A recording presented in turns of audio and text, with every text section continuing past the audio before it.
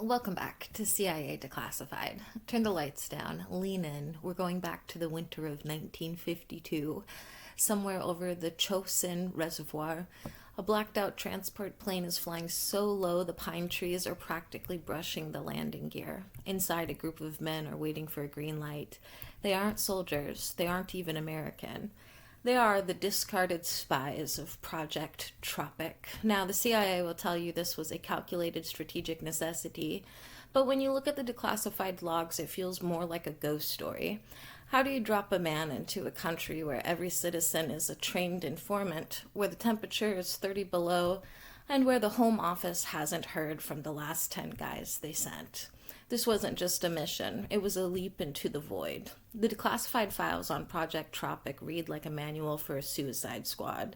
The agency recruited hundreds of anti-communist Koreans, training them at secret bases on Saipan. They were taught deep penetration tactics, how to live off the land, sabotage rail lines, and build stay-behind networks. The problem, North Korea was an intelligence desert. There was no one to meet them, no safe houses, just the wind and the secret police. A quote from a declassified CIA post-war analysis. The attrition rate for Project TROPIC assets was approximately 100%. Of the dozens of teams dropped behind the lines, not a single one successfully established a permanent intelligence reporting link. They simply vanished into the landscape. End quote. The agency was so desperate for results that they began using the snatch technique. This involved using a low-flying plane equipped with a hook system to literally yank an agent off the ground via a balloon-suspended wire. It was high stakes, it was terrifying, and according to the logs, it was about as reliable as a screen door on a submarine. Let's go deeper into the logs. We're talking about Team Bison and Team Baker. These guys weren't just names. They were the CIA's first attempt at unconventional warfare in a closed society. In November 1952, a C-47 transport plane carrying CIA officers John T. Downey and Richard G. Fecteau was shot down over Chinese territory while attempting a snatch recovery of a tropic agent. The agency officially claimed they were lost on a flight from Korea to Japan, a cover story that lasted for 2 decades while the men sat in Chinese prisons. The operational security was so poor that the Chinese and North Koreans knew the names of the agents before they even cleared the hangar. Declassified records show that the safe areas designated by agency planners were actually active North Korean military encampments. At the time, an internal rumor, now often categorized as a mole theory, suggested that the entire Project TROPIC roster had been leaked by high-level double agents within the agency's Far East Division. While never proven, the clinical efficiency with which every team was intercepted led many field officers to believe they were being sold to the communists to protect a higher-ranking asset. A quote from a declassified internal memo. The failure of the Tropic team suggests a systemic compromise of our training facilities in Japan and Saipan. We are essentially funding the North Korean counterintelligence training program with the lives of our recruits. End quote. The agents were often issued L-pills, lethal cyanide capsules, with their standard gear. The logs indicate that the agency expected capture to be the most likely outcome of any mission exceeding 48 hours on the ground. The radio play theory gained traction within the agency's own halls. Speculation suggested that the North Koreans weren't just killing the agents, but turning them and using agency-provided radios to request more supplies, parachutes full of gold, medicine, and weapons, which the CIA dutifully dropped into enemy hands for months. One of the most heartbreaking logs involves a lone survivor who managed to signal a duress code in his transmission. The agency, desperate for a success story, ignored the warning sign and sent a rescue team that was immediately ambushed upon landing. A quote from a former CIA analyst: "There was a psychological blindness in the early 1950s.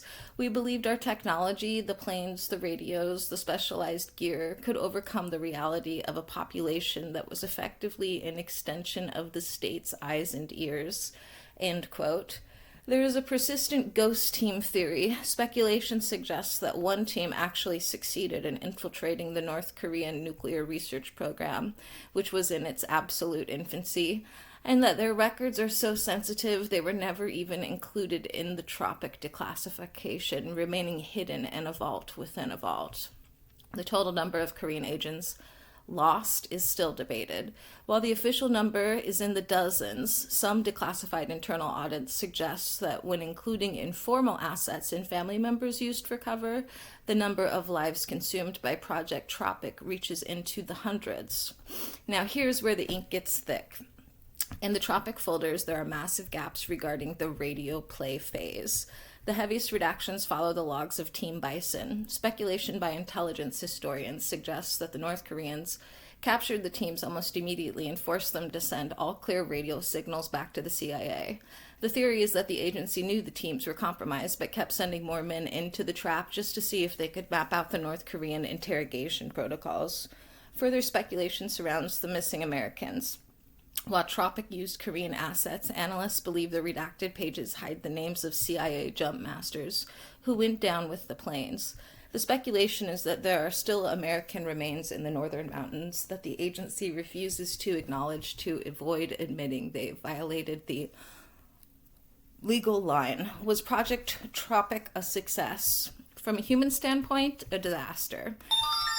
From an organizational standpoint, it was the agency's painful puberty. It taught them that you can't just throw people at a problem and call it a strategy. A quote from a CIA officer on TROPIC logistics: "We were playing at being gods with men's lives. We assumed that because they were patriots, they were invisible. We forgot that in a police state, the invisible man is the first one they look for." End quote. The project was eventually folded into Special Operations Group tactics. It proved that without a local resistance movement already in place, blind drops are just a fancy way of delivering prisoners to the enemy. Even in failure, the CIA's Department of Mad Scientists was working overtime. As far as operational breakthroughs go, the silent skiff, TROPIC led to the development of rubberized low-radar profile boats for coastal infiltration that were virtually invisible to primitive North Korean radar. Cold weather survival tabs. The agency pioneered high-calorie, chemical-based food tablets designed to keep an agent alive for 72 hours in sub-zero temperatures without needing to build a fire. The Fulton Skyhook precursor. The snatch and grab techniques used in TROPIC were the direct ancestors of the Fulton recovery system, famously used to pull people out of the middle of nowhere without the plane ever landing. The mountains of North Korea don't give up their secrets easily. Project TROPIC remains a cold, dark chapter in the agency's book, a reminder that sometimes the great game is played with people who never knew the rules.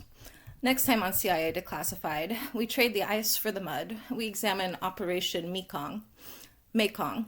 How do you run an intelligence network on a river that's constantly changing its mind? We'll look at the declassified logs of the agency's river intelligence in the Mekong Delta, from the sampan spies to the secret hunt for the Viet Cong supply lines. We explore the day the CIA went into the heart of the Delta. Join us for the River of Shadows. In the meantime, I'll see you in the archives.